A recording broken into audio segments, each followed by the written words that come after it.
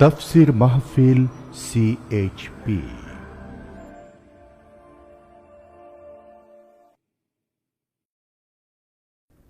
বিসমিল্লাহির রহমানির রহিম। সম্মানিত সুধী, আসসালামু আলাইকুম। দারসে কোরআন সিরিজের দ্বিতীয় অডিও অ্যালবাম সূরা ইউসুফের 108 নম্বর আয়াত থেকে 111 আয়াতের দার্স পেশ করছেন প্রখ্যাত আলেমে দ্বীন, বিশিষ্ট ইসলামী গবেষক, অধ্যক্ষ মাওলানা মোহাম্মদ আবু তাহের।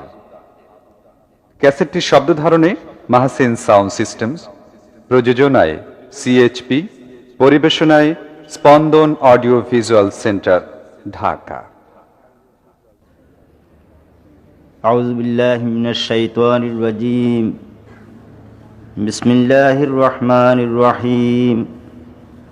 কুল হাযিহি সাবিলি আদউ ইলাল্লাহ আলা বাসীরাতিন আনা ওয়া মান ইত্তাবা'আনি ওয়া সুবহানাল্লাহি ওয়া মা আনা মিনাল মুশরিকিন।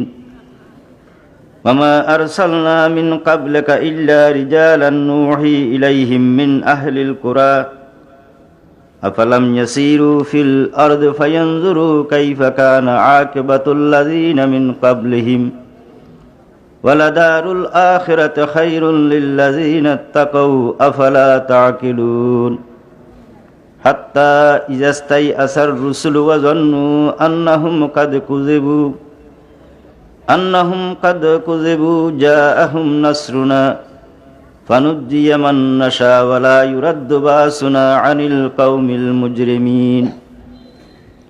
লাকাদ কানা ফি কাসাসিহিম ইবরাতুন লিউলিল আলবাব ওয়া মা কানা হাদিসান ইফতারা ওয়ালাকিন তাসদীকাল্লাযী বাইনা ইয়াদাই ওয়া তাফসীলা কুল্লি শাইইন ওয়া হুদান ওয়া রাহমাতান লিকাওমিন ইউমিনুন।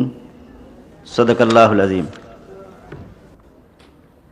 আমি আপনাদের সামনে সূরা ইউসুফের 108, 9, 10 এবং 11 শেষ এই 4টি আয়াত তেলাওয়াত করেছি।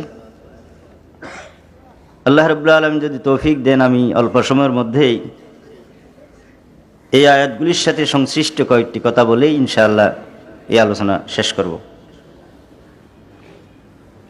প্রথমে এই সরল বাংলা তর্জমা হচ্ছে এই কয়টি আয়াতের। হে নবী, আপনি বলেন, এটাই আমার রাস্তা, আমি আল্লাহ রাব্বুল আলামিনের দিকে মানব জাতিকে দাওয়াত দিচ্ছি।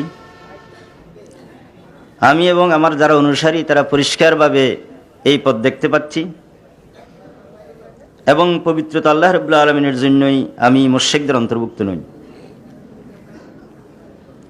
আপনার পূর্বে আমি মানুষের মধ্য থেকে রসুল পাঠিয়েছি, তাদের কাছে ওহী পাঠিয়েছি জনপদের লোকদের মধ্য থেকে। তারা কি জমিনে ভ্রমণ করেনি, সফর করেনি? তাহলে তাদের পূর্ববর্তীদের পরিণতি কি তারা অবশ্যই দেখতে পেত। যারা আল্লাহ রাব্বুল আলামিনকে ভয় করেন তাদের জন্য পরকালে রয়েছে উত্তম কল্যাণ। তারা কি বিবেক বুদ্ধি রাখে না? এমন অবস্থার সৃষ্টি হয়েছিল, রসুল নিরাশ হয়ে পড়েছিলেন এবং ভাবছিলেন যে তাকে মিথ্যা প্রতিপন্ন করা হচ্ছে। এমনি অবস্থায় আমার সাহায্য তাদের কাছে এসে পৌঁছল। আমি যাকে ইচ্ছা তাকে নাজাত দান করে থাকি। অপরাধী কওমদের কাছে আমার যে শাস্তি পৌঁছার কথা সেটা কেউ তাদের থেকে রুখতে পারবে না। তাদের ঘটনাবলীর মধ্যে চিন্তাশীলদের জন্য ইবরত বা শিক্ষণীয় বিষয় রয়েছে। এটা এমন কোনো নবীদের ওই ওহী ভিত্তিক কথাগুলো, ওহী এমন কোনো বিষয় নয় যেটা তারা নিজেরা বানিয়েছে। প্রকৃত অর্থে তাদের সামনে যা কিছু তার সত্যতা প্রমাণকারী এবং প্রতিটি বিষয়ের বিস্তারিত বর্ণনা। আর যারা ঈমানদার তাদের জন্য হেদায়েত এবং রহমত। সূরা ইউসুফ পুরোটাই তেলাওয়াত এবং তর্জমা করার দাবি রাখে। এই দরজকে সামনে রেখে আমি সূরা ইউসুফটা 2-1 বার আবার নতুন করে তেলাওয়াত করলাম বহুদিন পরে। এতে আমার মনে হচ্ছিল একবারে কিছু না করে তেলাওয়াত করে তর্জুমাটা বলে দিই, তাহলেই কিন্তু ঘটনা পরিষ্কার হয়ে যাওয়ার কথা। তারপরেও যেহেতু শতাধিক আয়াত, এটা তেলাওয়াত করার জন্য যথেষ্ট সময় লাগবে, আমি শেষের 4টি আয়াত বেছে নিয়েছি এবং আল্লাহ রাব্বুল আলামিন তৌফিক দিলে এটাকে কেন্দ্র করে সূরা ইউসুফের মোটামুটি শিক্ষণীয় বিষয়গুলো আপনাদের সামনে সংক্ষিপ্ত আকারে বলার চেষ্টা করব।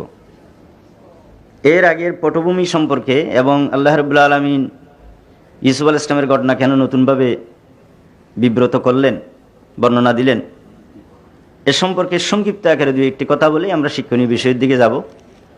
আয়াতের শাব্দিক তাফসীর খুব বেশি না করলেও চলবে, আমি যতটুকু দেখেছি ইনশাআল্লাহ অর্থ বুঝতে আমাদের অসুবিধা হবে না।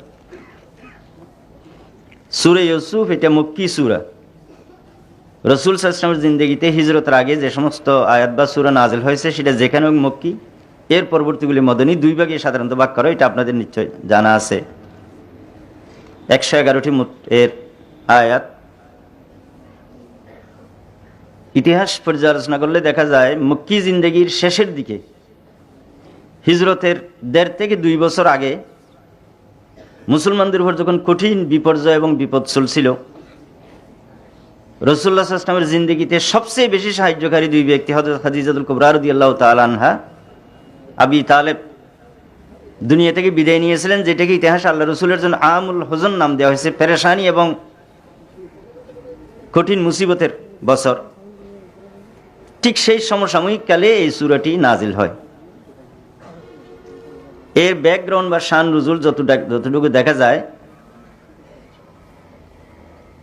কোনো একজন ইহুদির প্ররোচনায় একজন মুশরিক গিয়ে মুশরিক রাসূলুল্লাহ সাল্লাল্লাহু আলাইহি ওয়াসাল্লামের কাছে ইউসুফ আলাইহিস সালামের ঘটনা জানতে চাইলেন। তার উদ্দেশ্য ছিল রসুলকে ফাঁসানো, মুসিবতে ফেলে দেওয়া। কারণ ইউসুফ আলাইহিস সালামের ঘটনা তৎকালীন আরবে লিখিত, মৌখিক, কিংবদন্তি, কাব্যচর্চা কোনো কিছুর মাধ্যমে তেমন আরবের লোকেরা জানতো না। আরবের লোকেরা ইয়ামে জাহেলিয়ত তাদেরকে বলা হয়, এই ধরনের সিল থাকলেও তাদের কিন্তু কবিতা, বিভিন্ন উপমা, বিভিন্ন কিংবদন্তির মাধ্যমে ইতিহাসের অনেক বিষয় তাদের ওখানে সংরক্ষিত, মুখে মুখে এগুলি। তাদের স্মরণশক্তি তো অন্যরকম ছিল, এটা আপনাদের নিশ্চয় জানা আছে। হাদিসের বর্ণনায় দেখা যায় এমন স্মরণশক্তিরও লোক ছিল, অন্ধ হয়ে গেছে, এখান থেকে ঢাকা শহরে যাচ্ছে, টঙ্গীর পাশাপাশি গিয়ে হঠাৎ করে মাথা নিচু করে দিয়েছে, তারপরে পার হয়ে গেল, চোখে কিছু দেখে না। তো সাথীরা জিজ্ঞেস করলো, কি এবার আপনি মাথা নিচু করলেন কেন? বলছে এখানে বট গাছের ঠেলে যেটা এরকম ছিল, মাথা ওইটা নাই। খোঁজ নিয়ে দেখা গেল ওখানে ঠিকই 10 বছর আগে। মানে এমন প্রখর স্মরণ শক্তিওয়ালা জাতি দুনিয়াতে খুব কমই দেখা যায়, যতটুকু ইতিহাস আমরা দেখি। তো তাদের ধারণা ছিল ইউসুফ আলাইহিস সালাম সম্পর্কে প্রশ্ন করলে রাসূল সাল্লাল্লাহু আলাইহি ওয়াসাল্লাম ঠেকে যাবেন, অথবা কোন ইহুদিকে জিজ্ঞেস করবেন যারা জানে। তখন তার রসুলের যে মর্যাদা বা তার যে ওহীভিত্তিক জ্ঞানের দাবি, এটা অসৎ প্রমাণিত হবে, নাউযুবিল্লাহ। এই জন্য এই প্রশ্নের মাধ্যমে রসুলকে ঠেকানোই তাদের উদ্দেশ্য ছিল।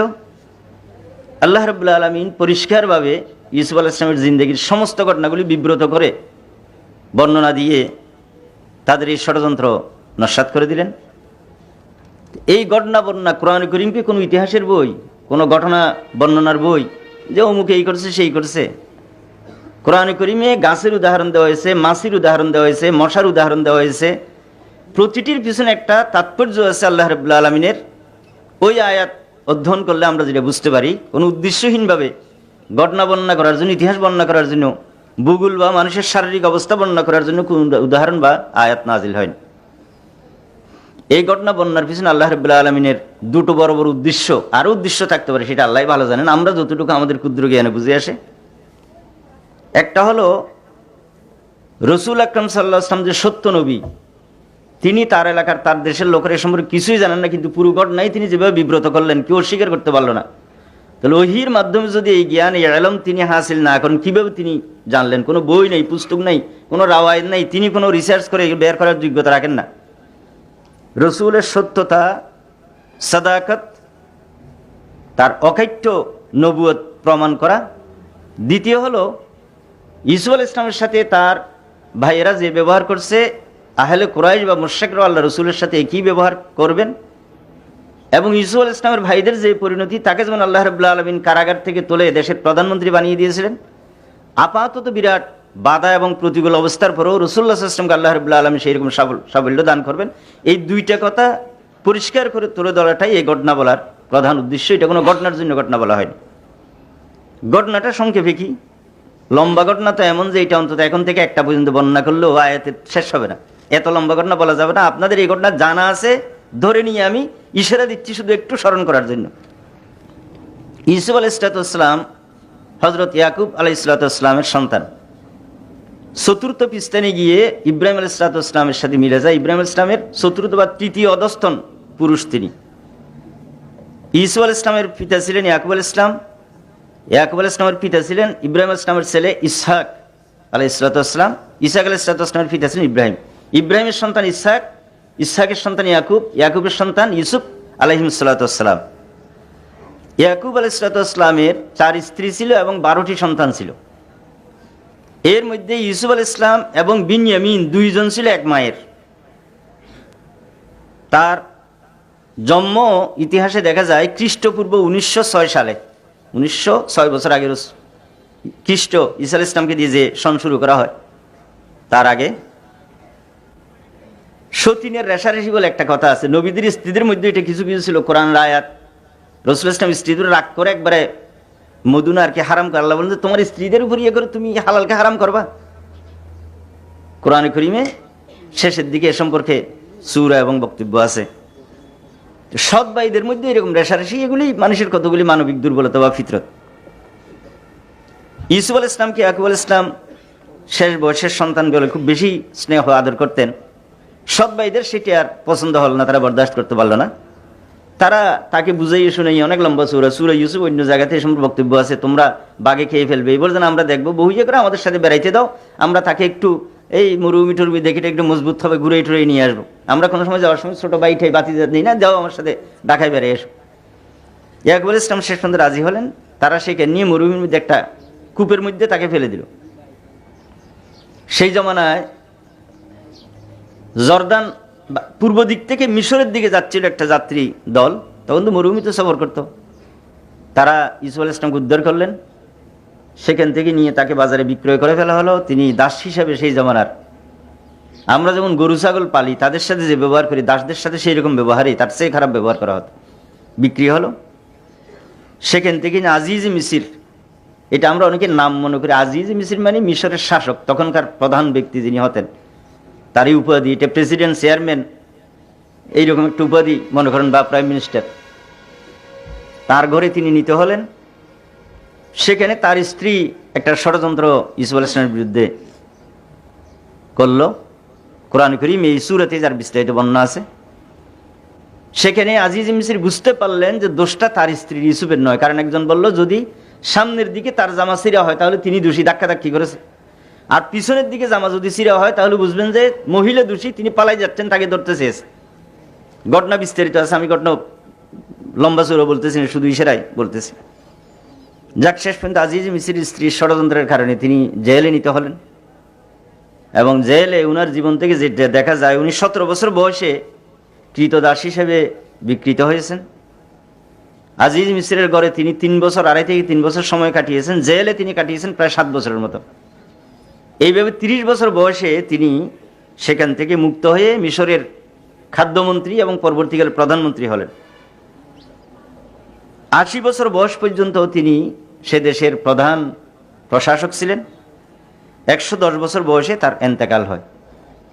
তার সাথে যে ঘটনা, এলাকাটা হলো মিশর এবং ফিলিস্তিনের এই জর্দান, তার ফিলিস্তিন এলাকা যেটা, এখানে তো নবীদের বেশি আগমন করেছে।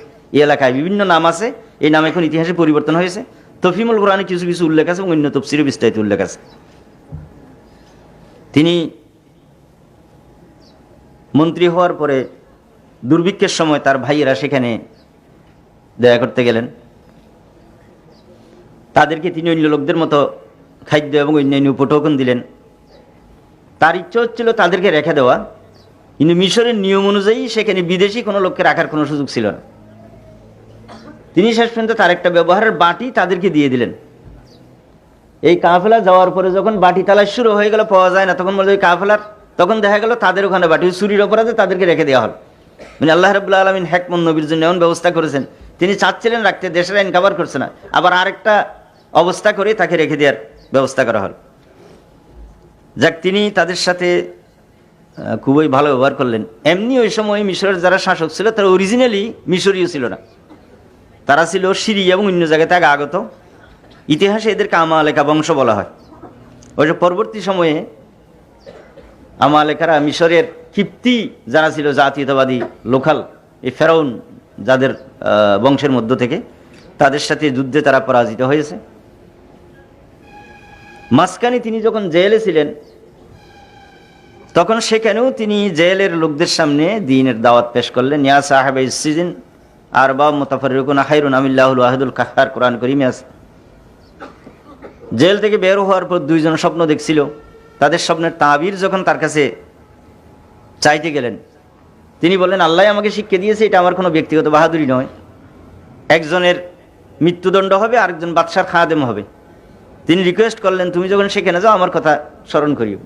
যাক, এইভাবে ওই সূত্রে বাদশাহ তার কথা জেনে তাকে জেল থেকে বের করে এনে তার যে দেশে দুর্ভিক্ষ চলছিল সেটা থেকে বাঁচার জন্য চেষ্টা করলো। এখানে ইউসুফ আলাইহিস ইসলামের পুরো জিন্দগিটাই আমরা যদি তার জীবনী পর্যালোচনা করি বা এই সূরার ব্যাকগ্রাউন্ড দেখি, তাহলে দেখতে পাই যে 17 বছর বয়সে সম্পূর্ণ কোনো ভবিষ্যৎ নেই, কোনো আশা ভরসার কিছু নেই। এইরকমভাবে তিনি কূপে নিক্ষিপ্ত হলেন এবং কৃতদাস হিসেবে বিকৃত হলেন। সেখান থেকে আজিজ মিসরের ঘরে থাকার সুযোগ হলো। সেখানে আরেক ষড়যন্ত্র, দেশের তৎকালীন ফার্স্ট লেডি, আজিজ মিসরের স্ত্রী মানে কি ফার্স্ট লেডি, তিনি আমাদের দেশে যেমন বর্তমান দুনিয়াতে চালু আছে সেই রকমই মনে করেন, এবং সেটা তখনকার জমানায় চালু ছিল, তা দেখা যায়। তার বিরুদ্ধে যখন কথা উঠলো, তিনি মহিলাদেরকে দাওয়াত দিলেন যে আমি এরকম আশেকে এসকে পড়েছি, তোমরা মনে করছো তা আসো দেখো। সকলের হাতে একটা করে আপেল অথবা কাটে খেটে খায় এমন ফল দেওয়া হলো আর ছুরি দেওয়া হলো। ইউসুফ আলাইহিস ইসলামকে বসিয়ে রাখা হলো সকলকে। তারা বললো, মা হাজা, এই তো মানুষ নিয়ে ফেরেশতা। ইউসুফ আলাইহিস ইসলাম দেখা যায় ইতিহাসে রাসূলুল্লাহ সাল্লাল্লাহু আলাইহি ওয়াসাল্লাম ছিলেন সবচেয়ে সুন্দর। এরপরে সৌন্দর্যের মধ্যে ব্যক্তি হিসেবে যাদের ইতিহাস আমরা দেখি, তার মধ্যে ইউসুফ আলাইহিস ইসলাম, মানে যেটা না দেখলে মানুষের পক্ষে বোঝা সম্ভব নয়। মহিলারা দরজায় এসে যখন হাতে ফল আর ছুরি বললো যে এটা তো ফেরেশতা, যে মানুষ না, মানুষ তো এত সুন্দর হতে পারে না। তখন যখন কাটার কথা বলা হলো, তারা কিসের ফল টল, ওই এতে বেহুশ হয়ে সবাই নিজের আঙ্গুল কেটে ফেলছে। তো আজিজ মিসরের স্ত্রী বললো যে তোমরা আমাকে অপবাদ দাও বা আমার দুর্নাম করো, যে দেখো আমি কার উপর পাগল হয়েছি। সেই অবস্থা থেকে আল্লাহ রাব্বুল আলামিন তাকে হেফাজত করে। কোরআন কারীমে উল্লেখ আছে, ওয়ালাকাত হাম্মাদ বিহি ওয়া হাম্মা বিহা লাউলা আন রা বুরহান রাব্বি। মহিলা তার দিকে ইচ্ছা করলো, তিনিও তার দিকে ইচ্ছা করলেন, করতেন। মাওলানা মওদুদী মরহুম এটার ব্যাখ্যার মধ্যে আলেমদের মধ্যে একটু ডিফারেন্স আছে। উত্তম ব্যাখ্যা যেটা নবীর শানে, মাওলানা মওদুদী মরহুম, আমি তফিমও খেয়াল করে দেখলাম, কারণ এটা নিয়ে কথাবার্তা আছে। ইউসুফ আলাইহিস ইসলাম ইচ্ছা করলেন, তিনি বাঁচতেন না যদি না আল্লাহর নিদর্শন দেখতে পেতেন। সেটা আরেক ঘটনা আছে, আল্লাহর নিদর্শন কি আমি অল্প সময় সেদিকে যাইতে পারবো না। মাওলানা মওদুদী মরহুম অনুবাদ করেছেন তফিমে সূরা ইউসুফ, আপনারাও দেখবেন। মহিলা ইউসুফ আলাইহিস ইসলামের দিকে আকৃষ্ট হলো বা ইচ্ছা করলো, ইউসুফ আলাইহিস ইসলাম করতেন যদি না আল্লাহর বুরহান দেখা যেত। সুবহানাল্লাহ, কি চমৎকার অনুবাদ, নবীর শানে, নবীর জন্য যেটা। মাওলানা মওদুদীর বিরুদ্ধে কত অপপ্রচার, এই করছে সেই করছে, কিন্তু তার তফিম দেখলে তিনি যে অনুবাদ বা তর্জমা করেছেন, নবীদের শান এবং নবীদের সম্মানে, নবীদের মর্যাদার সাথে এর সেই সঙ্গতিপূর্ণ। আমি এটা আবার দেখলাম যে এই সম্পর্কে অনেক উল্টাপাল্টা কথাবার্তা। লাউলা আন রাবর, আল্লাহ বলেন, বা যেটা অধিকাংশ মুফাসসিরিন অনুবাদ করেছেন, তিনিও ইচ্ছা করতেন যদি না আল্লাহর বুরহান বা দলিল দেখা যেত।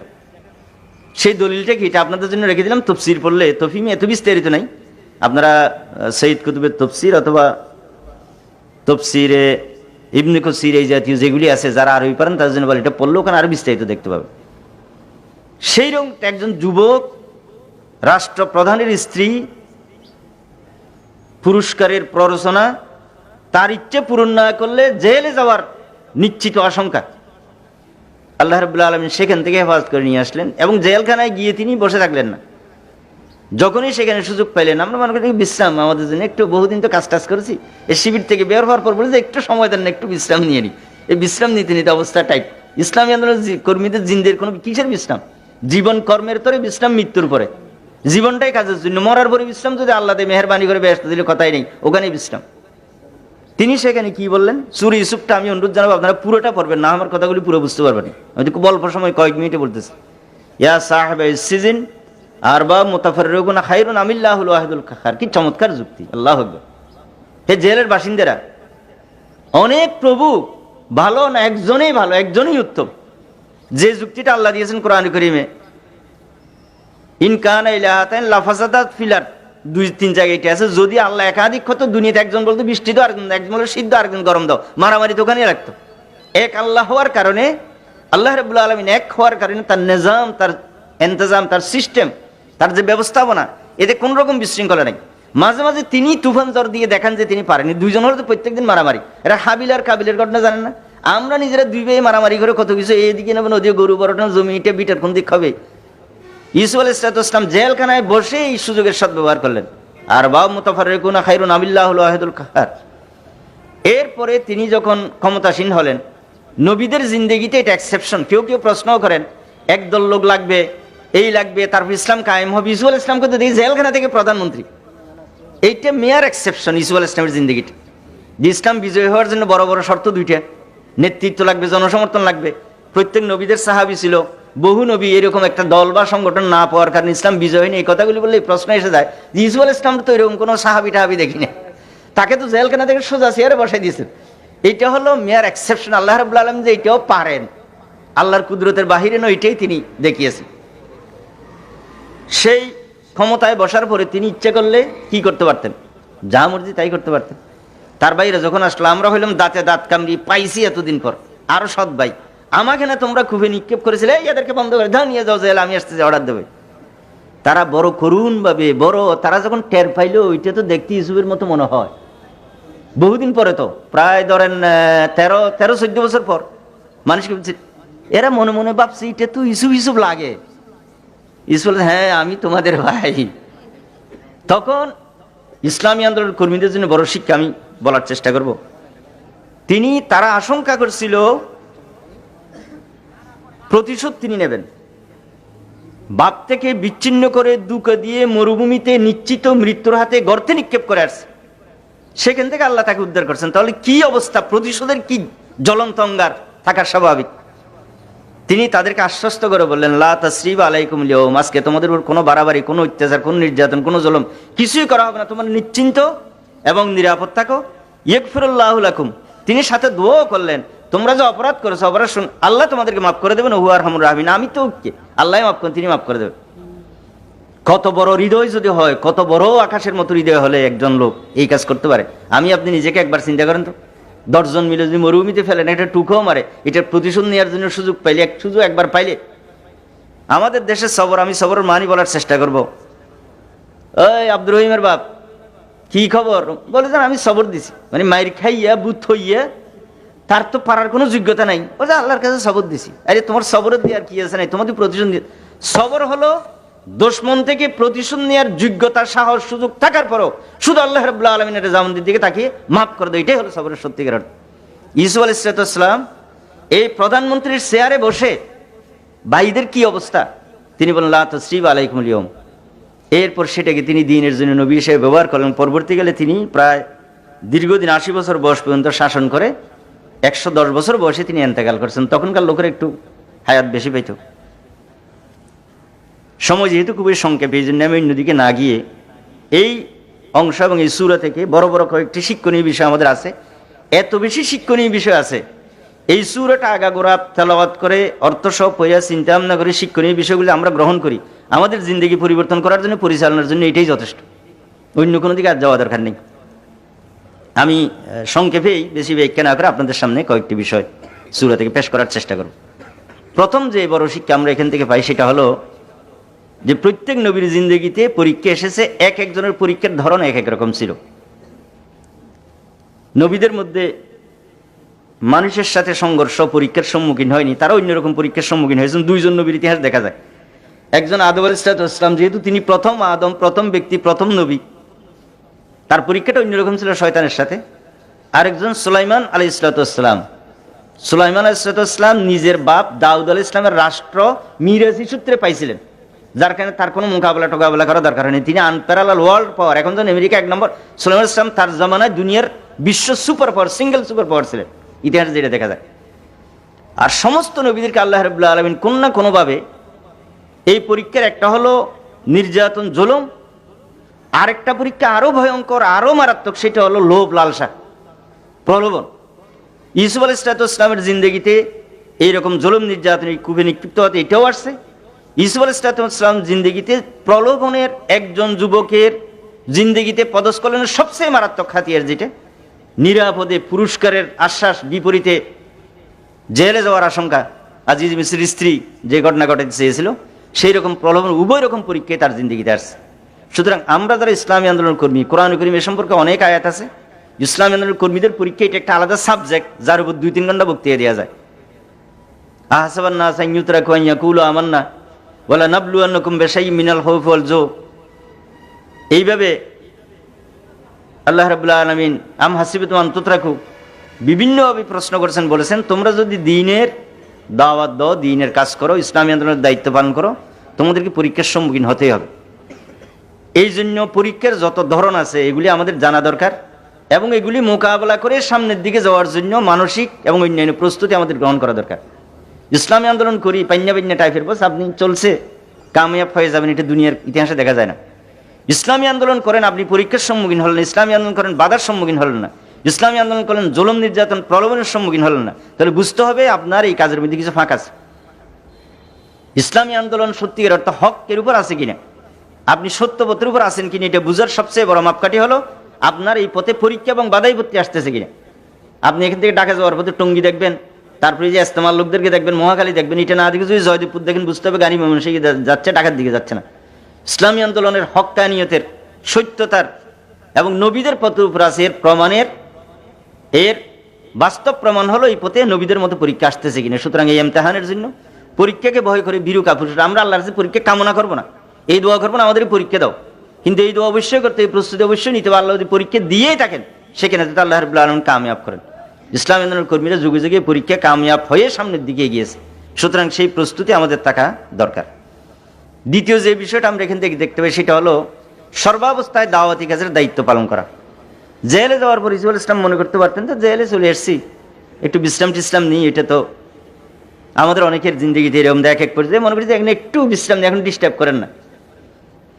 ইসলামী আন্দোলনের কর্মী ভালো খারাপ আল্লাহ রাব্বুল আলামিন কোরআনের এক জায়গায় যেমন বলেছেন, ইমানদার তারাই যারা ভালো অবস্থায় খারাপ অবস্থায় উভয় অবস্থা আল্লাহর পথে দান করে, বেশি থাকলেও দেয় কম থাকলেও দেয়, রাগের সময় তারা হকের উপর থাকে, খুশির সময় তারা হকের উপর থাকে, সর্বাবস্থায় আল্লাহর জিকির করে, বসে দাঁড়িয়ে শুয়ে সর্বাবস্থায় আল্লাহকে স্মরণ করে। সুতরাং আপনি আমি যখন যে সুযোগ পাই, যেখানে আমার জন্য যে সুযোগ আছে সেটাকে ব্যবহার করাই হলো দ্বীনের দাবি। ইউসুফ আলাইহিস সালাম জেলখানায় গিয়ে, জেলের সেখানে তো শ্রোতা আর কেউ ছিল না, জেলখানায় সেখানে ওনার জন্য একটা শিক্ষা শিবিরে পরিণত হয়ে গেল। আলহামদুলিল্লাহ আমাদের ভাইরাও যেখানে যেখানে, আমি চিটাং জেলের কথা জানি, সেখানে বহু মদকর গাজাকর ফেন্সিলের সাইরিয়া দরষ্ট শুনে তওবা তিল্লা করে ভালো হয়েছে, এই জমানায় তার কিছু রেকর্ড আছে, কারণ সেখানে তারা বিশ্রাম নিতে। সেইটাই আমি বাইরে যে কাজ করতাম, এই সুযোগে এখানেই দাওয়াতি কাজ করবো।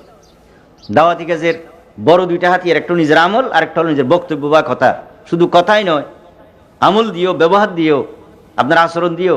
ইউসুফ আলাইহিস সালাম এক পর্যায়ে তো তার লোকেরা আজিজ মিসরের যে এই লোককে জেলে রেখে তাকে তাড়াতাড়ি বের করেন, স্বপ্ন দেখে সিদ্ধান্ত, এই তো জেলখানা সব আমাদের বিপরীত, অন্যদিকে নিয়ে যাচ্ছে, সেখানেই তো আবাদ করে ফেলছে, সব তার সাগরিত হয়ে গেছে, ইনি এখন বড় পিসাব হয়ে গেছেন ওখানে। ইসলামী আন্দোলনের কর্মীদের চারিত্রিক বৈশিষ্ট্য, তাদের তৎপরতা, তাদের মানসিকতা, তাদের পেরেশানিটা এমন, যেখানে যায় সেখানেই। আপনি দুনিয়ার এমন জায়গা গেছেন যেখানে কোনো শিবিরের জামাতের কোনো লোক নেই, সেখানে নিজের প্রয়োজনে জামাত একটা করে, সেখানেই লোক তৈরি করতে হবে। দাওয়াতি কাজটা আমাদের জিন্দগিতে এমন এক গুরুত্বপূর্ণ বিষয়, যেটা কোনো অবস্থায় আমরা এই দায়িত্ব থেকে বিরত থাকতে পারি না। হ্যাঁ, দাওয়াতি কাজের সুযোগ কোনো সময় বেশি থাকতে পারে, কোনো সময় কম হতে পারে, সেটা ভিন্ন কথা। তৃতীয় যে বিষয়টা আমরা এখানে দেখতে পাই সেটা হলো সুযোগ পেয়েও প্রতিশোধ গ্রহণ না করা। ইউসুফ আলাইহিস সালাম যদি চেষ্টা করতেন তাহলে অবশ্যই তার ভাইদের থেকে প্রতিশোধ নিতে পারতেন তিনি, কিন্তু তিনি তাদেরকে আশ্বস্ত করলেন, লা তাসরিবা আলাইকুমুল ইয়াউম, যে আশ্বস্ত আল্লাহ রাসূল করেছিলেন মক্কার কাফেরদেরকে ফতে মক্কার পর। তারা বলছিল আহুন করিম ওয়াইবনু আখ, আমাদের ভাইয়ের ছেলে ভাই বড় চমৎকার ব্যবহার করনেওয়ালা, করিম মানে খুব শরীফ, আমাদের সাথে কি ব্যবহার করবেন আজকে। তারা আশঙ্কা করছিল দীর্ঘ 13 বছর ধরে যে জুলুম নির্যাতন অত্যাচার তারা চালিয়েছিল, ফতে মক্কার পর এটার প্রতিশোধ নেওয়ার কি চমৎকার সুযোগ, একটা অর্ডার দেওয়া শুধু সব কলা গাছের মতো কেটে ফেলবে। রাসূলুল্লাহ সাল্লাল্লাহু আলাইহি ওয়াসাল্লাম এইরকম সুযোগ পেয়েও তিনি বললেন, ফাইন্নী আকুলু লাকুম কামা কালা ইউসুফ লিইখওয়াতি লা তাসরিবা আলাইকুমুল ইয়াওম ইযহাবু ফাআনতুমুত তুলাকা। আজকের দিনে আমি ইউসুফ আলাইহিস সালাম তার ভাইদের যে কথা বলছেন, তোমাদেরকেও বলছে, তোমাদের উপর কোনো ধরনের প্রতিশোধ নেওয়া হবে না, তোমরা যাও, তোমাদের সকলকে ছেড়ে দেওয়া হলো। এরপরেই তো ওখান থেকেই মুসলমান হয়ে গেল হাজার হাজার লোক। ফতহ মক্কার ঘটনা আপনার জানা আছে। এইরকম প্রতিশোধের সুযোগ নাই, যোগ্যতা নেই, সবর দিলাম, এটা তো হলো অপারগতায়।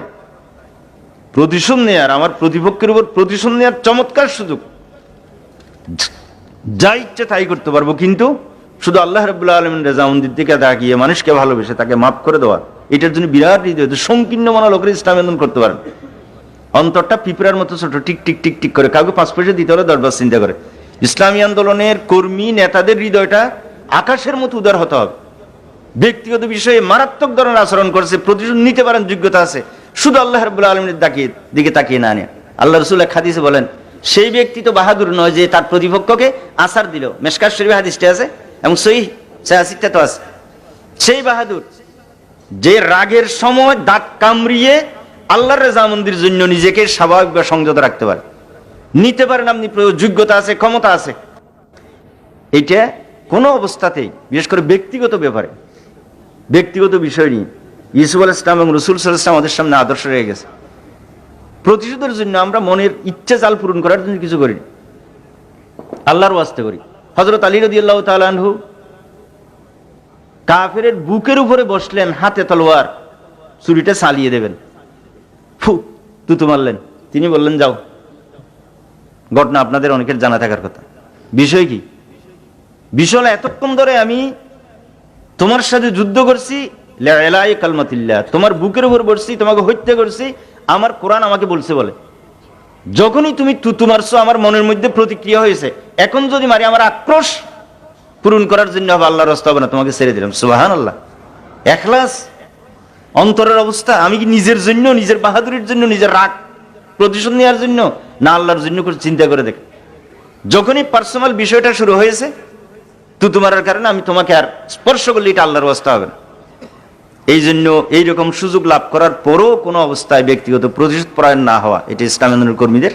তবে এর মানে আবার বিরোধীদের প্রতি একবারে বেশি রহম দিল নয়। রহমাও বাইনাহুম আশিদ্দাউ আলাল কুফার। আমাকে এক গালে থাপ্পড় দিয়ে যাবে, আমি আর এক গা লাগাই দেবো। আমি ঈসা আলাইহিস সালামের কওম না, আমি রাসূলের উম্মত। এক গালে থাপ্পড় মারলে তার গলা, ফাজরিবু আনাক, তাদের গিরে ধরে ধরে মারো। এটাও কোরআনে আছে নাকি নাই? যে ইসলামী আন্দোলনের প্রতি, আন্দোলনের কর্মীর প্রতি রহম দিল না, যে মুশরিক, যে কাফের তাগুত, তার প্রতি কিসের রহম? আশিদ্দাউ আলাল কুফার। রাসূল সাল্লাল্লাহু আলাইহি ওয়াসাল্লাম হযরত ইউসুফ আলাইহিস সালাম বিশেষ প্রেক্ষাপটে যে উদারতা দেখিয়েছিলেন, সেটা সেইভাবে আমাদের নিতে হবে। সব ব্যাপারে উদার, মারলেও হাসি, গাইল দিলেও হাসি, এরি কিরি কি কারবার, আমার মধ্যে রক্ত মাংস নাই, ইসলাম আন্দোলন করি বলে মরে গেছি একদম। ফাজরিবু কুল্লা আনাক, গিরে ধরে ধরে আমার, আল্লাহ কোরআনে বলছেন, শিখিয়ে দিয়েছেন কিভাবে মারতে হবে। তবে কোন অবস্থাতে সীমা লঙ্ঘন আল্লাহ পছন্দ করেন। আমি এটা বলে রাখছি আপনাদেরকে, সীমা লঙ্ঘন কোথায় কতটুকু কি করতে হবে সেটা কোরআন আমাদের শিখিয়ে দিয়েছে, সেটা সংঘর্ষণ আমাকে নির্দেশ দেবে। কিন্তু সীমা লঙ্ঘন করে এটা আল্লাহ পছন্দ করেন, এটা খেয়াল রাখতে হবে। এরপরের যে শিক্ষাটা আমরা এখানে পাই, সেটা হলো আল্লাহ রাব্বুল আলামিনের সাহায্যের মাধ্যমে আল্লাহ রাব্বুল আলামিন সম্পূর্ণ প্রতিকূল অবস্থা থেকে আপনাকে বিজয়ের মঞ্চে বসাইতে পারেন। ইউসুফ আলাইহিস সালামকে যখন তার ভাইয়েরা কূপে নিক্ষেপ করলো, তারা তো মনে করলো কাটা সরে গেছে পথে। সময় কম বলে আমি বলছি, রাসূল ইসলামের জিন্দগির সাথে অনেকগুলো অধ্যায়ের হুবহু মিল আছে, এটা আপনারা তাফসীর পড়লে দেখতে পাবেন। সেখান থেকে তাকে বাজারে নিয়ে বিক্রি করা হলো একজন দাসের মতো। দাস মানে তখনকার জমানায় গরু ছাগলের চেয়ে দুর্ব্যবহার বেশি করা হতো এদের সাথে। সেখান থেকে তিনি আজিজ মিসরের ঘরে গিয়ে এমন এক অপবাদের সম্মুখীন হলেন, কল্পনাও করা যায় না। সেখান থেকে জেলে, এখান থেকে বের হয়ে তিনি আবার মন্ত্রী মিনিস্টার হবেন, প্রধানমন্ত্রী হবেন, এটা কারো বাহ্যিক সুখে ভাবাও সম্ভব ছিল না, চিন্তা করাও সম্ভব ছিল না। মক্কি জিন্দেগিতে যেমন মুসলমানদের অবস্থা ছিল, আল্লাহ এখানে মুসা এই কথাটাই বলছেন, তোমাদের আজকে যে অবস্থা। সূরা রুম যখন নাযিল হয়, শান নুজুল আপনাদের জানা আছে, এগুলো তো সকলের যখন মুসলমানরা যখন বিজয়ের সুখবর আল্লাহ রাসূল দিয়েছিলেন, আবু বকর রাদিয়াল্লাহু তাআলা আনহু উমাইয়া ইবনে খালাফের ওট নিয়ে বাজি হয়েছিল। প্রথমে 10 ছিল, পরে 100 ওট করা হলো। বাহ্যিকভাবে কল্পনা করাই সম্ভব না। এখন যদি চিন্তা করি, এই বিরোধী সারা দুনিয়ার 1 নম্বর শক্তি, আমাদের দেশের অস্ত্র, এই সেই, কিভাবে বাহ্যিক সুখে লোকদের পক্ষে চিন্তা করাই সম্ভব না, এই অবস্থার পরিবর্তন হবে। কিন্তু আল্লাহ রাব্বুল আলামিন সেই জায়গা থেকে, জেলখানা থেকে এনে দেশের প্রধান প্রশাসকের চেয়ারে বসাইয়া তার দুশমনদের সকলকে তার অনুগত করে দিলেন। যে ভাইরা তাকে শেষ করে দিয়েছিল তারা হাত জোর করে গিয়ে সামান্য খাদ্যের জন্য তার ওখানে দাঁড়াইল। আল্লাহ রাব্বুল আলামিনের সাহায্য এটা এমন এক বিষয়, সেই সাহায্য পাওয়ার জন্য কিছু শর্ত আছে অবশ্য, যেটা আমাদের সবচেয়ে বড় শক্তি। আর আল্লাহর সাহায্য যদি না আসে, বাহ্যিকভাবে আপনি যতই চেষ্টা করেন না কেন, অন্য কারো জন্য ভিন্ন কথা, ইসলামী আন্দোলনের সাফল্যের জন্য আল্লাহর একটা বিশেষ নিয়ম আছে। দুনিয়ার মানুষের সাফল্য ব্যর্থতা বিজয়ের জন্য আল্লাহর নিয়ম হলো, একের উপর 2 বিজয় লাভ করবে, 2 এর উপর 4 বিজয় লাভ করবে। সাইকেলের উপর মোটরসাইকেল, মোটরসাইকেলের উপর কার, কারের উপর ট্যাঙ্ক, ট্যাঙ্কের উপর বিমান, মনে করেন যেটা মজবুত। এটা হলো দুনিয়ার বিজয়ের স্বাভাবিক নিয়ম। ইসলামী আন্দোলনের বিজয়ের নিয়মটা আল্লাহ নিজের হাতে রেখে দিয়েছেন। আন্দোলনের কর্মীরা তাদের যা আছে এইটা নিয়ে যখন প্রস্তুতি গ্রহণ করে, বাহ্যিকভাবে দুশমন বিরাট শক্তিশালী হওয়ার পরও আল্লাহ বিশেষ রহমত দিয়ে তাদের এটা কাভার করে আরো বেশি বাড়িয়ে দেন। ইতিহাসের প্রমাণ আছে নাকি নাই? ওয়ামা রামাইতে ইজ রামাইতা ওয়ালাকিন্নাল্লাহ রামা। বদরের ঘটনা আপনাদের জানা আছে। 313 বা 17 বাহ্যিকভাবে কাফেরদের উপর মুসলমানরা বিজয় লাভ করবে কোনো অঙ্কে বলতেছিলেন। আল্লাহ বলেন, তুমি তো মারনি বালি, আমি বালি মেরেছি। আল্লাহর হাত, আল্লাহর হাত মানে কি আল্লাহর কুদরত আপনার হাত হয়ে যাবে ইমানদার যখন সেই পর্যায়ে পৌঁছে। আল্লাহর সাহায্য আমরা যে আন্দোলন করি, মাথার মধ্যে এই কথাটা খুব ভালো করে বসাইতে হবে। রাসূল সাল্লাল্লাহু আলাইহি ওয়াসাল্লাম বদরের যুদ্ধে গিয়ে দোয়া কি করছিলেন? হাদিস শরীফে আছে, দোয়া করতে করতে বগলের নিচের সাদা অংশ দেখা যাচ্ছিল, হাত এমন ভাবে তুলছেন। ওয়াকানা ইয়ারা আবিয়াজু আবতাই, রাসূলের বগলের নিচের সাদা অংশ সাহাবায়ে কেরাম দেখতে কি বলছেন? রব্বুল আলামিন, আমার যা আছে সেটা নিয়ে আমি হাজির হয়েছি, আমার ওয়াদা আমি পূরণ করেছি, এখন তোমার ওয়াদা তুমি পূরণ করো। যদি এই ক্ষুদ্র বাহিনীকে তুমি সাহায্য না করো, দুনিয়ার বুকে তোমার তৌহিদের নাম নেওয়ার আর কে আছে? আল্লাহ। আল্লাহ রাব্বুল আলামিন এমন ভাবে সাহায্য করেছেন, ওমা রামাইতা ইজ রামাইতা ওয়ালাকিন্নাল্লাহ। আল্লাহ বলেন, তুমি তো বলবে আমি মারছি, বালু মারছে না, বাতাসে ওই সুকে খেয়ে ফেলছে, গিয়ে গিয়ে কাফেররা কসলানো শুরু করছে। সেখানে কি বৃষ্টি হয়েছিল? বদরের ইতিহাসটা এগুলি আমাদের পাঠ করা দরকার। এবং আমি বলবো আপনাদের যাদের সামর্থ্য নিয়ত করবেন, ইনশাআল্লাহ কবুল করবেন। সকলের এই বদর, ওহদ, খন্দক, মক্কা, মদিনার এই দৃশ্যগুলি স্বচক্ষে দেখা দরকার। এইটা না দেখলে ইতিহাস পড়ে পুরোটা বোঝা সম্ভব নয়। আমি দোয়া করি আল্লাহ রাব্বুল আলামিন এখানে যারা আছেন সকলকে হজ করার তৌফিক দিন। কেউ কেউ বলবেন, আমার বাপেরও সম্বন্ধে আমারও দোয়া একটা করে দিলেন আর কি জনপ্রিয়তার জন্য। দোয়া আল্লাহ কবুল করে। আমাদের এক ভাই আলেম 10-12 বছর থেকে বলছে আমার জন্য দোয়া করেন যে আমি যেটা হজের, আমি নামও বলি, আপনারা মৌলানা সিদ্দিকুল্লাহ সাহেব চট্টগ্রাম বিশ্ববিদ্যালয়ের কেন্দ্রীয় জামুজুর ইমাম, সিটা ইউনিভার্সিটি যারা আছেন তারা ওনাকে জিজ্ঞেস করেন। উনি হাসতেন, বলছে আপনি আমাকে বুঝ দিচ্ছেন, আমার যা আছে এই বছর ওনার 2 জায়গা থেকে ফ্রি হজের জন্য অফার। এখন আমি সমস্যায় পড়ছি, কোনটা বাদ দিয়ে বলবো যে আরেকটা গ্রহণ করেন। আল্লাহ এতগুলি লোক দোয়ার করলে এখানে একজনও ইমানদার পাক্কা নেই, আল্লাহ কবুল করবেন। এই কথাটা এই জন্য বললাম। আসলে বদর, খন্দক, উহুদ এগুলি সচক্ষে না দেখলে আপনার সিপি তার সাক্ষী, আমার কথার সাথে নিশ্চয় একমত হবেন। ইসলামের ইতিহাস তো আল্লাহ রাব্বুল আলামিন মোটামুটি পড়ার সুযোগ দিয়েছেন, পাঠ্যপুস্তকের বাইরেও। তারপরে সুখে দেখার আগে এগুলি বোঝা সম্ভব নয়। আল্লাহ রাব্বুল আলামিন যে বিজয় দান করেছেন, আজকে যেটা বলছে, আমাদেরকেও আল্লাহর সাহায্যের উপরেই নির্ভরশীল হতে হবে। এরপরে আমি 3টা কথা বলবো যেটা খুবই গুরুত্বপূর্ণ। প্রশ্নোত্তরের সময় খাইটা ফেলেন, কি করা যায়?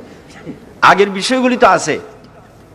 এই 3টা বিষয় এমন, যে ব্যক্তি তার জিন্দেগিতে এই 3টা গুণ সৃষ্টি করতে পারবে, আন্দোলন তো আছেই, তার ব্যক্তিগত এবং পারিবারিক জিন্দেগিও অত্যন্ত শান্তি এবং সুখের হবে। আর যে ব্যক্তির মধ্যে এই গুণাবলী না থাকে, সারা জীবন ধরে আফসোসের মধ্যে। বন্ধু বান্ধব অনেকে দেখি কোটি কোটি টাকার মালিক, 5 ঘুরায়, রাত্রে ঘুম হয় না, সিডেক্সিন 10 টানা কয় টাকায় মরে যাবে, সকালে উঠতে পারবেন। আল্লাহ আমাদেরকে ওই মুসিবত দিনে শুয়েছি, ঘুম এসে গেছে, আজান দিয়েছি, ঘুম ভেঙে গেছে। কেমন? অত দুশ্চিন্তার চিন্তা নাই। ব্যক্তিগত জিন্দগিতে পরবর্তীকালে যেটা বলছে, আন্দোলন তো আছেই, পারিবারিক ব্যক্তিগত জিন্দগি, এই 3টে গুণ যে ব্যক্তি সৃষ্টি করতে পারে, তার জিন্দগি কামিয়াব, শান্তি শান্তি। আর এছাড়া অসম্ভব, দুনিয়াটা এত কঠিন। তার প্রথম হলো সিরিয়াল, আপনারা করে নিয়েন, সবর। ইউসুফ আলাইহিস সালামের জিন্দগিতে প্রতিটি মুহূর্তে, প্রতিটি পর্যায়ে, প্রতিটি অধ্যায়ে কি ধৈর্য! কোনো অভিযোগ আছে? কোনো আফসোস আছে? আল্লাহর কাছে কোনো নালিশ আছে? সর্বাবস্থায় বলছেন তিনি, আমি তো পুরো আয়াত পড়তে পারলাম না, আল্লাহ তুমি যে অবস্থা রেখেছো এটাই তো আমার জন্য কল্যাণকর বলে আমি বিশ্বাস করি। ইসলামী আন্দোলনের কর্মী আল্লাহ রসুল এক জায়গায় বলেন ইমানদার কি ফায়া আজমান লিল মুমিন, কি আশ্চর্য ইমানদারের অবস্থা, সে যদি বিরাট কিছু পায় ফুলে যায় না খুশিতে। একজন জাহাজ আসবে 3 কোটি লাভ হবে, আগে থেকে খরচ করা শুরু করলো, পরে শুনলাম 1.5 কোটি লস।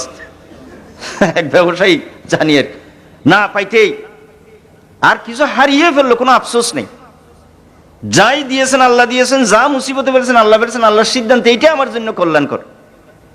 এই যে মনোভাব, এটা মানুষকে সবর করতে শিখায়। সবরের মানই তো অনেক লম্বা জোর আছে, সবরের বই পুস্তক আছে। প্রধানত মুফাসসিরিনরা 3 ভাগে ভাগ করেছেন, সবর আলা তাআ, সবর আলাল মাসিয়া, সবর আলাল মুসিবা ওয়াল ফিল মুসিবা। আল্লাহর আনুগত্য করার জন্য সবর। শীতের দিনে ফজরের নামাজের ওযু করতে গিয়ে ঠান্ডা কি আরাম না কষ্টকর? ঢাকায় দেখলাম ওদের সিটাঙের চেয়ে শীত বেশি, এখানে এসে মনে হলো ঢাকার চেয়ে এখানে বেশি। আমার বলি না জানি না। আপনারা যে ফজরের নামাজ সময় উঠছেন, যুবক মানুষ আলহামদুলিল্লাহ এখনো তো বুড়ো, কিন্তু ঠান্ডা পানি যখন লাগছে খুব, এর চেয়ে লেপের নিচে যাই আছে আর কি আরাম বেশি না? তাহলে এই নামাজটা পড়ার জন্য, উযু করার জন্য, ইবাদত করার জন্য, আল্লাহর হুকুম মানার জন্য কষ্ট করতে হচ্ছে নাকি হচ্ছে না? এই সমাজে অনেক লোক আছে ঘুষ খায় না, কঠিন জিন্দগি যাপন করে। জামাতের এক ওয়ার্ড পর্যায়ের নেতাকে জানি, জীবনে কোনোদিন নতুন কাপড় তার গায়ে দেখলাম না। নিক্সন আর রিগেন মার্কেট, আমাদের সিটাং ওই সেকেন্ড হ্যান্ড মার্কেটের নাম দিয়েছে নিক্সন মার্কেট আর রিগেন মার্কেট, আমেরিকা থেকে আসে তো, ওখান থেকেই পরে কষ্ট করে। ঘুষ তো খায় না, সময় কম বলতে। ঘুষের টাকা না নেওয়ার কারণে রিভলভার ধরেছে, মারিয়ে ফেলবো বেটা, 3 লাখ টাকা নিয়ে সাইন দাও, না হয় মারিয়ে ফেলবো। শেষ পর্যন্ত পুলিশকে টেলিফোন করে পাঠিয়ে বাঁচাইতে হয়েছে। আমার এক ভাই এক জায়গায়, আল্লাহ এমন মুত্তাকি ইমানদার লোক রেখেছে। এই যে গুনাহ থেকে বাঁচার জন্য সবর, কষ্ট, এটা এক প্রকার সবর। আর একটা হলো মুসিবতে পড়লে আল্লাহর আনুগত্য করার জন্য, নাফরমানি থেকে বাঁচার জন্য আপনার মন বারবার ওদিকে চলে যাচ্ছে, কিন্তু আপনার ইমান বলতেছেন এদিকে আসো। এই যে ধৈর্য ধারণ করা, সবরের যত অর্থ হতে পারে। সবরতেই কাজ করলাম, কোনো রেজাল্ট নেই, বলে যে আমাকে এই যে দাওয়াতি কাজটা এগুলো আমি পারবো না, আমাকে হতাশ হয়ে গেছে, বলতে আমার দ্বারা এখন রিক্রুটমেন্ট হয় না। নূহ আলাইহিস সালাম কত বছর দাওয়াতি কাজ করেছিলেন? 59 এরপরেও তিনি কি অধৈর্যশীল হয়েছিলেন? তিনি রব্বিন্নি দাওয়াতি কওমি লাইলা, রাত্রে দাওয়াত দি, দিনে দাওয়াত দি, আমি যত দাওয়াত দিই ইয়াজালুনা আসওয়াবে। আরবিতে এইটা হলো আনমল, আঙ্গুলের মাথা, আর এই পুরোটা হলো আসবাউন। তিনি বলছেন না ইয়াজালুনা আনামেলাহুম, আঙ্গুলের মাথা কানে দেয়, এইটা বলছেন না। ইয়াজালুনা আসওয়া, আল্লাহ তার আঙ্গুল, আপনারা প্রত্যেকে কানে আঙ্গুল দিলে দেখবেন আঙ্গুল কিন্তু কানে ঢুকে না, কারো আঙ্গুল নিজ নিজ কানে ঢুকবে না, এটা হলো স্বাভাবিক। প্রত্যেকে যেমন নিজের মাপের আর 3 হাত, আঙ্গুল ঢুকবে না। তিনি বলছেন ইয়াজালুনা আসওয়াবিয়াহুম, এর আনামেলাহুম বললেন না কেন? আঙ্গুলের মাথাতে, মানে এমন জোরে কানে ঢুকায় মনে হচ্ছে আঙ্গুল ঢুকে গেলে আমার কথা না ঢুকে। তারপরেও তিনি হতাশ হয়েছেন, কাম ছাড়িয়ে দিছেন। কোনরা হয়তো বলে 13 জন, কোনরা হয়তো 40 জন মাত্র মুসলিম। তার সাথে কি ব্যবহার হয়েছিল সেটা তো আরেক ইতিহাস। একজন চেষ্টা করতেছে আমাকে উস্কানোর জন্য, খুব ইনস্টিগেটিং কথাবার্তা বলছে, আমিও অধৈর্যশীল, দুশমনের বিরোধিতার মধ্যে সবর ধরা, এটাও সাংঘাত। প্রতিশোধ নিতে পারার যোগ্যতা অর্জন করার পরে সবর ধরা, দিনকে অনুসরণ করার জন্য সবর ধরা, গুনাহ থেকে বাঁচার জন্য সবর ধরা, ব্যক্তিগত মুসিবত। আমি অনেক লোককে দেখেছি, সংখ্যা কয়েকশতের কম হবে না, সব ঠিক। যখনই একটু অসুবিধা হয়েছে, সুগলাল সূরা আহজাব, আল্লাহ রাব্বুল আলামিন যেমন বলছেন তাদের মানে অর্থাৎ গলার এখানে জান এসে গেছে কাফেরদের বই। সূরা আহজাব পরে দেখবেন, সূরা আহজাব, আহজাব যুদ্ধের যে ঘটনা আছে, মনে হয় দুনিয়াতে আর কোনো বিষয় নেই, পাগল হয়ে গেছে। মেয়ের বিয়ে টাকা 10,000 জোগাড় করতে হবে, ছেলে ভর্তি বিশ্ববিদ্যালয়ে চান্স পায়নি, অথবা এখানে হয়নি, ব্যক্তিগত কোনো মুসিবত, মানে মনে হয় দুনিয়াতে আর কোনো বিষয় নেই। তারটাই এখন সারা ওয়ার্ল্ডের নাম্বার 1 টপ মোস্ট ইম্পর্টেন্ট বিষয়। আরে ভাই কি এমন করেন কেন? কি হয়েছে? মুসিবত আসছে কি? এতে ব্যতিব্যস্ত হয়ে যেতে হবে? সব জায়গায় ঠিক আছে, ব্যক্তিগত মুসিবত বিপদ আসলে আর স্বাভাবিক থাকে না। এটা মারাত্মক ধরনের মানবিক দুর্বলতা। ইসলামী কর্মীরা, আমি মরে যাব 5 মিনিট পর, এটা সুখে দেখতে পাচ্ছি, আমাকে হত্যা করা হয় 5 মিনিট পর দেখতে পাচ্ছি, তারপরও খুবই স্বাভাবিক থাকে। এটাই হলো ইমানদারের বৈশিষ্ট্য। সাহাবায়ে কেরাম এই যোগ্যতার পরিচয় দিয়েছিলেন নাকি দেননি?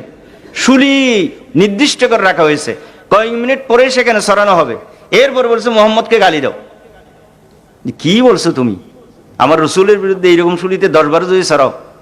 আর নামাজ পড়ার পরে বলছে নফল, যদি তোমরা মনে করতাম আমি ভয় পেয়ে গেছি, তার আরেকটু নফল নামাজ পড়তাম। ইমানদার কি? সৈয়দ কুতুবকে ফাঁসির দিকে নিয়ে যাওয়া হচ্ছে, তিনি কি বলছেন শেষ মুহূর্তে, কি ওসিয়ত করেছেন আপনারা দেখেন। মওলানা মওদুদী মরহুমকে বলা হলো যে আপনি একটা দরখাস্ত দেন, বলছে আরে আমি এত বড় বেকুব, আল্লাহ আমাকে শহীদ সুযোগ করে দিয়েছে আর তোমরা আমাকে সেখান থেকে বিরত থাকতে চাচ্ছ। উর্দু যারা পড়তে পারতেন সেরাগেরা আর মৌলানা মওদুদের ফাঁসির সংখ্যা নম্বর সেখানে বিস্তারিত কি মর্দ মুজাহিদ, আল্লাহর উপর তৌহিদের উপর কুদরতের উপর কি বিশ্বাস। হায়াত और मौत का फैसला आसमान में होता है जमीन में नहीं। জিন্দেগি আর জীবন মৃত্যুর ফয়সালা তো জমিনে না আসমানে হয়। সারা দুনিয়া চেষ্টা করলো মারা তো দূরের কথা, আমার খেস ছুঁতে পারবে না। আর আল্লাহর যদি সিদ্ধান্ত হয় সারা দুনিয়া চেষ্টা করলে এক মুহূর্তও বাঁচাইতে পারবে না। ইমানদারের এই বিশ্বাস আছে নাকি নাই? এই বিশ্বাস যাদের, দুনিয়াকে তারা ভয় করতে পারে, অদর্শশীল হতে পারে না? তো ঠিকই আছে, মুসিবত যখন আসে তখন ওখানে পরীক্ষা এন্দাল ইমতিহানি ক্রম রেজাল ইহান, মারামারি শুরু হয়ে যায়, এখানে গুলি যাচ্ছে কানের ফাঁস দিয়ে, লাফালাফি করে কি হয়েছে, গুলি যদি এখানে লাগে, যেই গুলির উপর আমার নাম লাগবেই সেটা যতই চেষ্টা করি, আর যদি না থাকে সেই গুলি আমার জন্য ফুল হয়ে যাবে আল্লাহর সিদ্ধান্ত যদি থাকে। এই বিশ্বাস যাদের আছে দুনিয়ার কোন শক্তি তারা ভয় করতে পারে? কাপুরুষ শ্রীগালের মতো বারবার মরে, আর সিংহ পুরুষ বীর একবারেই মরে। সুতরাং যে কোনো অবস্থায় আমি যেটা বলি, যে কোনো বিপদে সবর এবং ধৈর্য, আল্লাহর উপর তাওয়াক্কুল করা, এইটাই ইসুফ আলাইহিস সালাম আমাদেরকে শিক্ষা দিয়েছেন, রসুল শিক্ষা দিয়েছেন, এটাই এখানকার বড় শিক্ষা। আর একটা হলো কেনাআত, আর ওই পরিবেশে আমার অল্পে তুষ্টি। শিবিরের কর্মীদের জন্য এই কথাটা আমি খুব চিন্তা করার জন্য বলবো। প্রশ্নোত্তর সময় 10:30 শেষ না, 2-1 মিনিট গ্রেস দেওয়া যাবে না? আচ্ছা, কি করা যায় সময়। অল্পে তুষ্টি মানে যে ব্যক্তি কোটিপতি সে কি 1 মণ চালের ভাত খায় না 1 পোয়া চালের ভাত খায়? 1 পোয়া বা আধা পোয়া, বড় লোকরা বেশি খাইতে পারে না, 100 টাকা এরকম। ডাক্তার বলে দিয়েছে 2 স্লাইস রুটি, 1টা কলা, 1 কাপ চা, এর বাইরে খাবেন না, কোটি কোটি টাকার সম্পদ পড়ে আছে। আমরাও এই আধা পোয়াই খাই সবাই, এটা কবরে কেউ নিয়ে যাবে না। কিন্তু দুনিয়াটা এমন, আপনি কোটি কোটি, আমাকে আমার এক ঘনিষ্ঠ লোক যে এত টাকা কি করে, আমি এত টাকা কি করে, তোমাকে দিয়ে বুঝাইতে পারলে তাহলে আমি বুঝাইতে পারতাম। হালমিম মজিদ, দুজক যখন ডাকবে হালমিম মজিদ, তার পেট ভরবে না, আরো আছে কিনা, কোরআন শরীফে আছে না? কোটি কোটি টাকার মালিক, এরপর হালমিম মজিদ। আমার এক বন্ধু ক্লাসমেটও চুল সব চলে গেছে, বলছে আমি $65 লক্ষ একটা ছোট্ট এলসি, এরকম দেখি $65 লাখ এলসি, তার জন্য এটা মনে হয় 2 পয়সা, একটু দোয়া করি, আমার খুব ক্লোজ। এমন চুল সব চলে গেল, এত লক্ষ লক্ষ কোটি কোটি টাকা, Bangladesh one of the biggest, তারপরেও বলছি কি করতাম, কোটি টাকা হইলো তার কোন সেট। আরো হালমিম মজিদ ইমানদারের, আল্লাহ রাব্বুল আলামিন যদি কারো কাছে হাত না পাইতে, কারো কাছে আল্লাহ ছাড়া কারো কাছে হাতটা না পাইতে, সসম্মানে কোন রকমে পড়ার এবং খাওয়ার ব্যবস্থা করে দেন, এটাই ইমানদারের জন্য যথেষ্ট। আপনারা পয়সার জন্য চেষ্টা করবেন না, এটা আমি বলছি না। শিবিরের অবস্থা দেখলে মনে হয় সব ছেড়ে দিয়ে টাকা টুকু কামাইয়ে জুবাইর ভাইয়ের হাতে 1 কোটি টাকা দিলে যান, আপনার কি সমস্যা মনে হয় মাঝে মাঝে, কিন্তু ওইটা আল্লাহ আমাদের ওইটার জন্য অন্য ব্যবস্থা।